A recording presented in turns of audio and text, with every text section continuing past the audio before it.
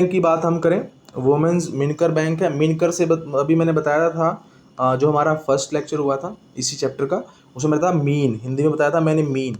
तो मीन का मतलब होता है फिश यानी कि मछली। तो मिनकर कोई बैंक बनाया गया है। द मीटिंग ऑफ द मिनकर बैंक हैज़ जस्ट बिगिन, अभी कुछ स्टार्ट हुई है मीटिंग जस्ट अभी। फैजला इज़ द प्रेजिडेंट, जो फैजला है उसको प्रेजिडेंट बनाया गया है बैंक का। 20 fisher women have made their own bank, तो कितनी कितनी फिशरमैन है? 25 जो है लेडीज़ हैं, जो फिशरमैन वुमेन है, उन्होंने मिलकर बनाया बैंक को। Each save 25 rupees every month and put in the bank. अब हर और एक जो वो फिशर वुमेन है वो 25 रुपीज़ क्या करती है, सेव करती है हर महीने। तो बेटा 25 ही तो लेडी हैं और 25 ही वो सेव करती हैं, तो इसका मतलब क्या कर दो, दोनों को मल्टीप्लाई करा दो। मल्टीप्लाई करा दो तो पता लग जाएगा कि भाई टोटल कितना अमाउंट वो सेव करेंगी। तो देखो अब 25 को मल्टीप्लाई कराते हैं। 25 मल्टीप्लाई 25, तो बेटा 25 को 25 से मल्टीप्लाई कराओगे तो आंसर आएगा 625। ठीक है, तो ये आ गया हमारा टोटल। तो अब उसने कहा how much money does the group collect each month, तो बेटा ईच मंथ का यही आंसर है 625। 25 वुमेन थी, 25 वो रुपये बचा रही थी एक महीने में।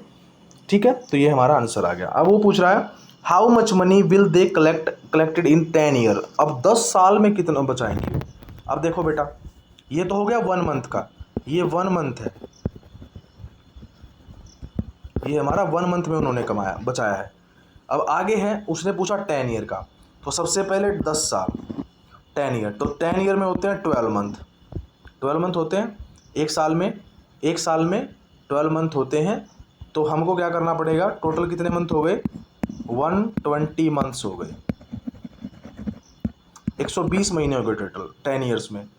तो अब ये जो वैल्यू जो उन्होंने कमाई है, जो सेव किया है, ये जो 625 है, ये तो बेटा एक महीने की है।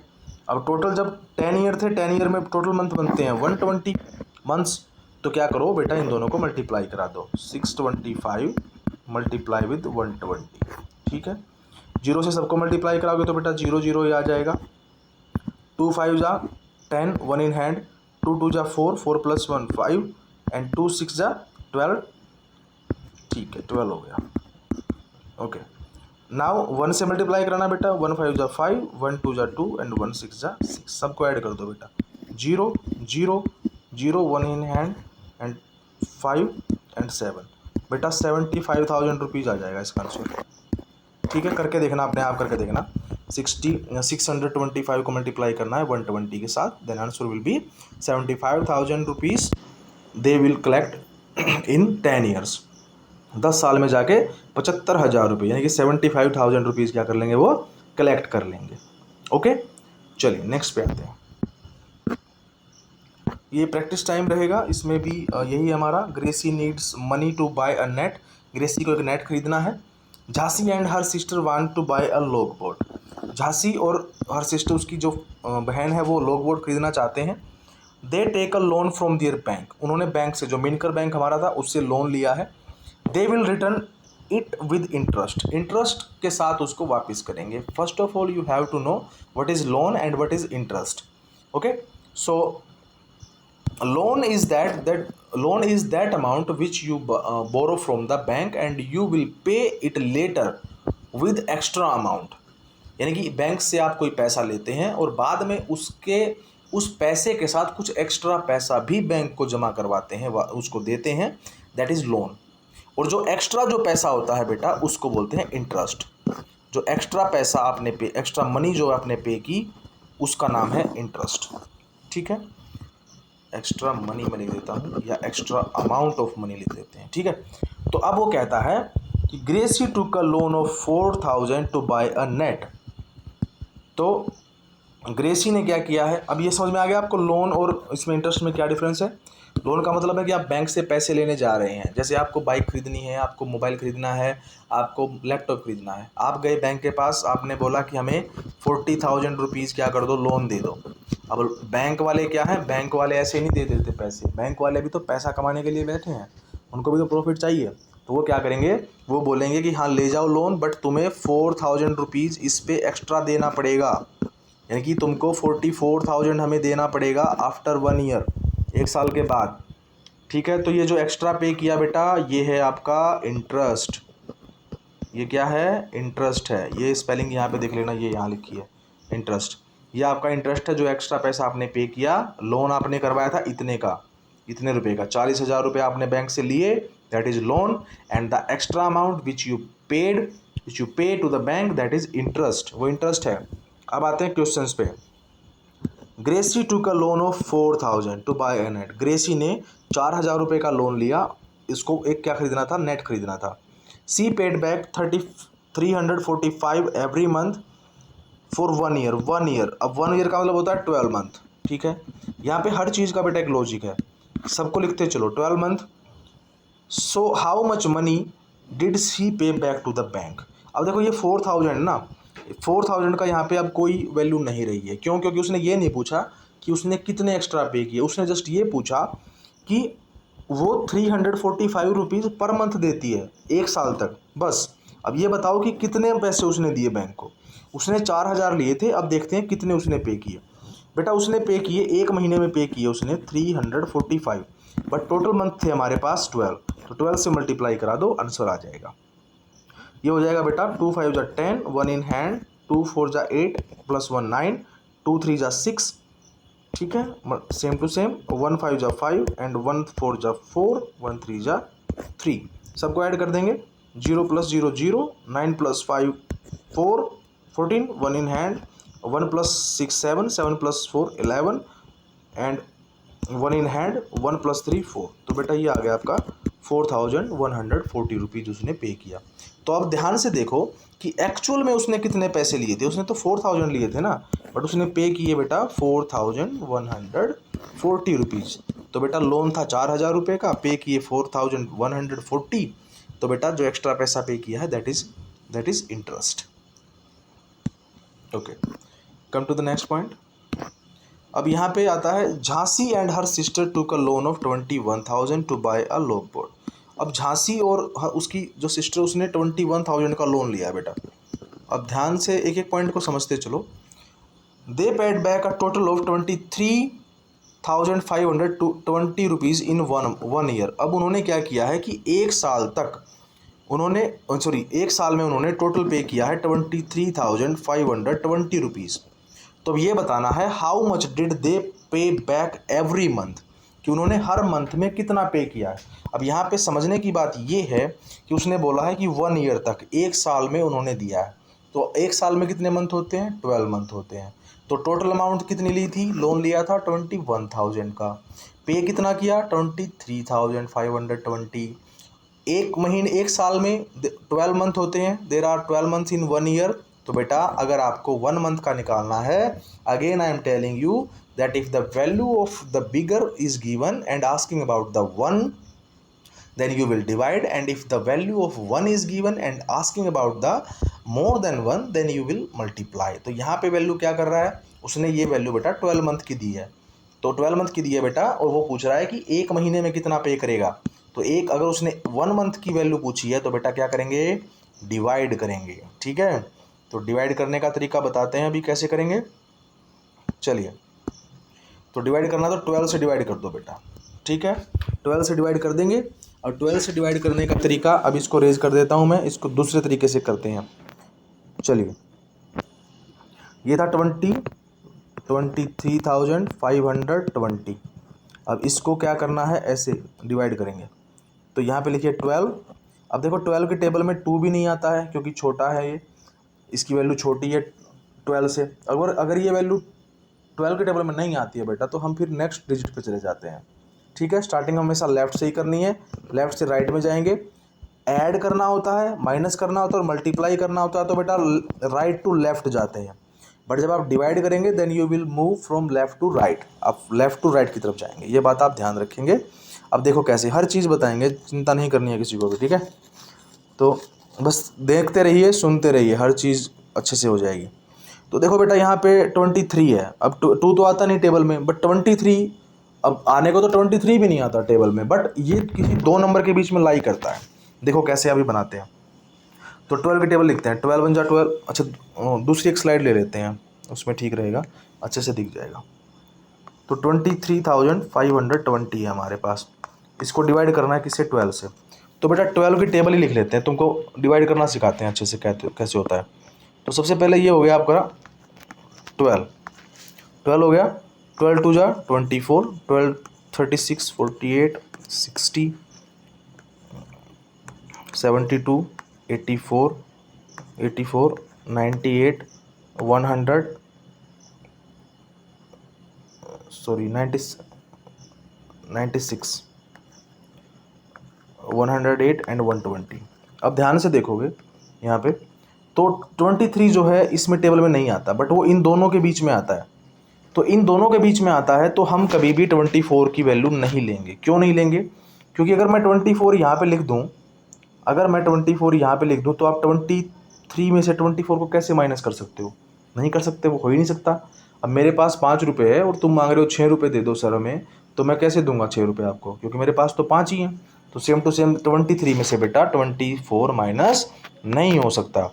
तो अगर वो ऐसा नहीं हो सकता, तो हमें क्या करना है, हमें क्या करना है, हमको 24 नहीं लेना है, हमको 12 लेना है। तो 12 आता है 1 प्लेस पे, फर्स्ट प्लेस पे, तो 12 बन जा 12, माइनस कर दो तो बेटा 11 आता है।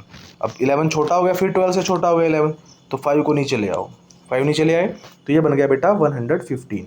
अब 115 जो वो भी नहीं आता टेबल में, अब वो भी टेबल में नहीं आता, तो क्या किन दोनों के बीच में आता है, 115 तो इन दोनों के बीच में आता है। तो ये बेटा आप 120 ले नहीं सकते, क्योंकि वो 115 से ज़्यादा हो जाएगा, तो हमें लेना पड़ेगा 108, और ये आता है 9th प्लेस पे। 12 9 जा 108, तो 9 लिखेंगे यहाँ एंड 108 लिखेंगे यहाँ। अब इसमें से माइनस करोगे बेटा, तो ये आ जाएगा आपका 7, ठीक है। अब से ये फिर छोटा हो गया, ये तो 7 हो गया, यहाँ पे 12 है, तो फिर क्या करो, फिर 2 को नीचे ले आओ, 2 को नीचे ले आए। अब देखो 72 टेबल में आता है, यस यहाँ पे आता है, 12 6 जा 72, तो बेटा 6 यहाँ लिखो, 72 यहाँ लिखो, एंड ये 0 एक्स्ट्रा बच गई। अब तुम सोचोगे 0 कहाँ गई, इस 0 को बेटा सेम टू सेम उठा के यहाँ रख दो, और 72 माइनस 72 क्या हो गया, 0 हो गया। अब आप बोलेंगे कि 0 को यहाँ क्यों लिखा सीधा का सीधा, यहाँ नीचे क्यों नहीं लाए? बेटा क्योंकि पहले ही 0 आ गया यहाँ पे, 72 माइनस 72 हो गया, तो 0 ही आ गया। तो इससे अच्छा है यहाँ नीचे लिखने की बजाय इसको ऊपर ही लिख दो, ये 0 सेम टू सेम उठा के यहाँ रख दी, ठीक है। इस तरह से करेंगे। ये क्वेश्चन हो गया बेटा आपका, ठीक है। अगला है, why don't we start a new fish drying factory. Fish drying का मतलब है कि फिश को सुखाने के लिए, आपको फिश को सुखाना है। जैसे जब आप फिश को लेके आते हैं, तो उसके अंदर क्या होता है, उसके अंदर मीट होता है, उसके अंदर वाटर होता है ना, तो उसका कुछ वेट होता है भाई। अगर जैसे हमारी बॉडी है, तो हमारी बॉडी में क्या है, फ्लैश है, मीट है, मसल्स हैं, हमारे हड्डियां हैं, बोन्स हैं, और साथ में हमारा ब्लड है, और अदर फ्लूइड हैं बॉडी के अंदर। तो that's why our body has weight. हमारी बॉडी में तभी तो वेट है ना। सेम टू सेम जो वेट है वो अदर एनिमल्स में भी होता है। तो जब वो उसको लेके आते हैं तो वो भारी होती है ना, जो फिश को लेके आते हैं। बट जब उसको धूप में सुखा दोगे, उसके अंदर का ब्लड सूख जाएगा, उसके अंदर की हड्डियों का पानी खत्म हो जाएगा, उसके सारे फ्लूइड खत्म हो जाएंगे, उसका जितना भी मीट है, जो भी उसका फ्लैश है बॉडी का, वो सारा का सारा क्या हो जाएगा, सूख जाएगा। तो बेटा उसका वेट कम हो जाता है। For example you can take the example of mango. आप मैंगो का एग्जाम्पल ले सकते हैं। जब आप अभी गर्मी चल रही है, तो गर्मियों में आप क्या करते हैं, अचार बनाते हैं मैंगो का, आम का अचार डालते हैं। तो जब आप आम को लेकर आते हैं, तो उस वक्त कितना भारी होता है, उसको काटते हैं, फिर उसको धूप में सुखाते हैं। जब उसको धूप में सुखाते हैं, देन इट्स वेट रिड्यूस, उसका वेट क्या होता है, रिड्यूस हो जाता है। तो रिड्यूस होता है तो इसका मतलब वेट कम हो रहा है भाई, उसका वेट कम हो रहा है। तो इसका मतलब सेम टू सेम मछलियों के साथ भी ऐसा ही होगा कि उनका वेट कम हो जाएगा। तो वो क्या कर रही हैं, अब उसका क्या फ़ायदा है, अब ये मेन पॉइंट निकल के आता है कि मछलियों को सुखाते क्यों हैं। तो मछलियों को सुखाते इसलिए हैं कि ताकि बाद में उसकी चटनी वगैरह अलग अलग चीज़ें बनाते हैं। जो खाते हैं उनको ज़्यादा पता होगा इस बारे में, क्योंकि वो अलग अलग different types of things are made by the dried fish, like chutney, like sabzi and anything, okay. तो अलग अलग चीज़ें बनाते हैं। तो सेम टू सेम वो है कि ड्राइंग फिश उन्होंने स्टार्ट करी, एक फैक्ट्री स्टार्ट करना चाहते हैं। तो उस फैक्ट्री के लिए क्या करना है, वुमेन्स विनकर bank also want to start a factory to dry fish. अब वो फिश को ड्राई करने के लिए एक फैक्ट्री स्टार्ट करना चाहते हैं। Panchayat has given them some land for that. Panchayat क्या होता है, जैसे कोई भी विलेज होता है, तो उस विलेज का एक हेड होता है। उस हेड को क्या बोलते हैं? उस हेड को बोलते हैं सरपंच। उस हेड को बोलते हैं सरपंच। आप किसी ने गांव में देखा होगा, तो वही क्या होते हैं? हेड होते हैं गांव के। इलेक्शन होता है, इलेक्शन में उनको इलेक्ट किया जाता है, तब वही जो गांव के जितने भी काम होते हैं वही करते हैं। अच्छा, शहरों में जो होते हैं, शहरों में एमसी होते हैं।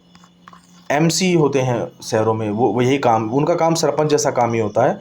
गांव की जैसे गलियां बनानी हैं, साफ़ सफाई का काम करवाना है, पार्क लगवाने हैं, कैमरे लगवाने हैं, एग्जाम्पल सीवरेज का काम है, वाटर का काम है, लाइटिंग का काम है। There are so many many works about the area. So sarpanch decides for the village and the MC decide for the municipal sorry in the cities, towns, like that. जो सरपंच है वो गांव में काम करेगा और जो एमसी है वो शहरों में काम करेगा। ठीक है, सब काम दोनों का सेम ही होता है, ऐसी कोई बात नहीं है। तो पंचायत जो होती है 5 लोगों की, जो बोलते हैं पंच, जो पंचायत जो बना है वर्ड वो मिला है पंचायत से, 5 से, पंच से। ठीक है, तो यहाँ पे over the year they have earn they have saved 74,000। They find out how much they will need for the factory. अब वो ये कह रहे हैं कि उनको फैक्ट्री लगानी है, बट उन्होंने 74,000 रुपीज़ तो कलेक्ट कर लिए हैं। पंचायत ने उनको जगह दे दी है कि भाई आप अपना फैक्ट्री लगा सकते हैं। अब बाकी, अब ऐसा नहीं है कि सिर्फ ज़मीन उनके पास आ गई तो काम बन गया, और भी बहुत सारे काम होते हैं। तो उन्होंने, पंचायत ने ज़मीन दे दी, याद रखेंगे।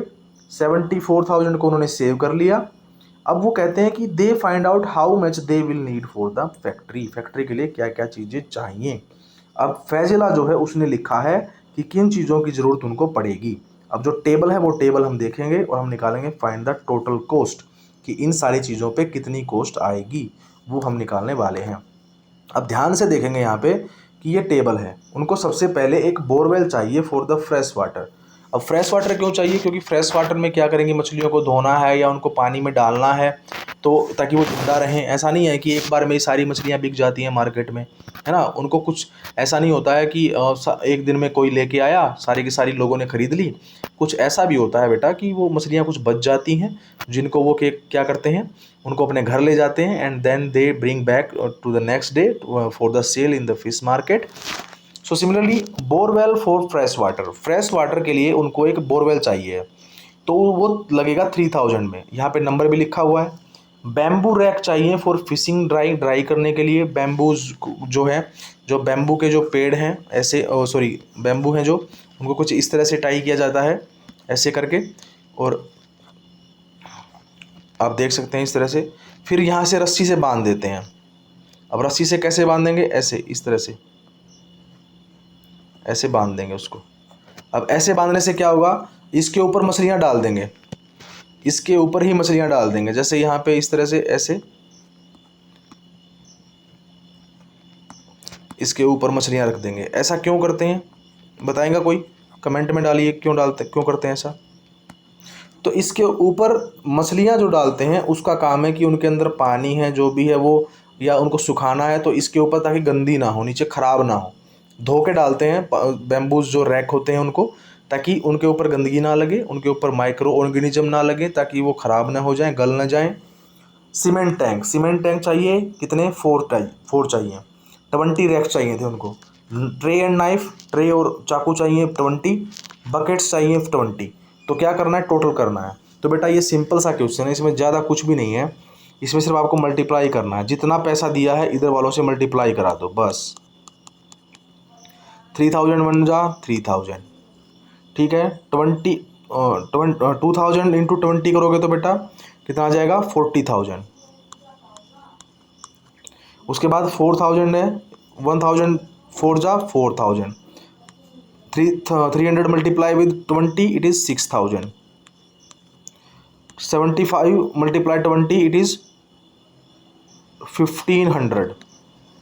ठीक है, सबको ऐड कर दो। ये जीरो है बेटा सारे, सबको ऐड करेंगे तो सब लास्ट वाले सब जीरो हैं तो जीरो आ जाएगा, फिर जीरो है तो जीरो आ जाएगा।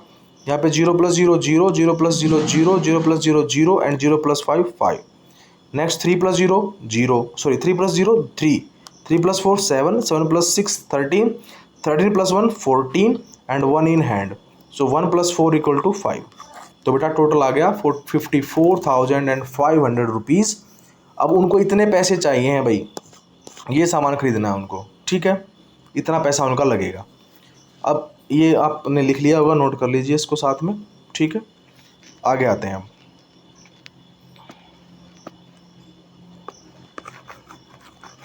अगला क्वेश्चन कहता है कि जो वेट है ना, when fresh fish is dried it becomes 1/3 of its weight.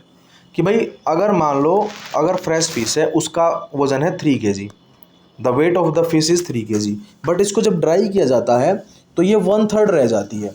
तो 1/3 का मतलब है बेटा कि जितना वेट है उसको 1/3 से मल्टीप्लाई कर दो। अब जैसे 1/3 3 kg है तो 1/3 करना है, तो 1/3 को 3 से मल्टीप्लाई करा दो, 3 × 3, यहाँ पे 1 आ गया, 1 × 1, यानी कि बेटा ड्राई करने के बाद 1 kg रह जाएगी। 3 kg की जो फिश थी वो 1 kg की रह जाएगी, ठीक है। तो यही चीज़ है। In 1 month they plan to dry 6000 kg of fresh fish. उन्होंने सोचा कि एक महीने में वो 6000 kg फ्रेश फिश को क्या करेंगे, ड्राई कर देंगे। How much dried fish they will get in 1 month. अब वो ये कहता है बेटा कि अगर उन्होंने 6000 kg जो फिश को ड्राई किया तो उनके पास कितना बचेगा, टोटल ड्राई फिश कितनी रह जाएंगी, यानी कि कितना वेट रह जाए, कितनी केजी रह जाएंगी। तो बेटा सिंपल सा फॉर्मूला है, 1/3 कर दो। जब फ्रेश आई थी तो 6000 थी, लेकिन जब वो उनको सुखा देंगे तो कितनी रह जाएंगी, 1/3 रह जाएंगी। तो 1/3 से मल्टीप्लाई करा दो, 3 × 2 = 6, बस बाकी 3 जीरो यहाँ से काटो और नीचे लिख दो, बस आंसर क्या आ गया, 2000 kg। ठीक है बेटा, आंसर आ गया ये। तो आपको 1/3 कर देना है बस। नेक्स्ट पेज पे आएंगे।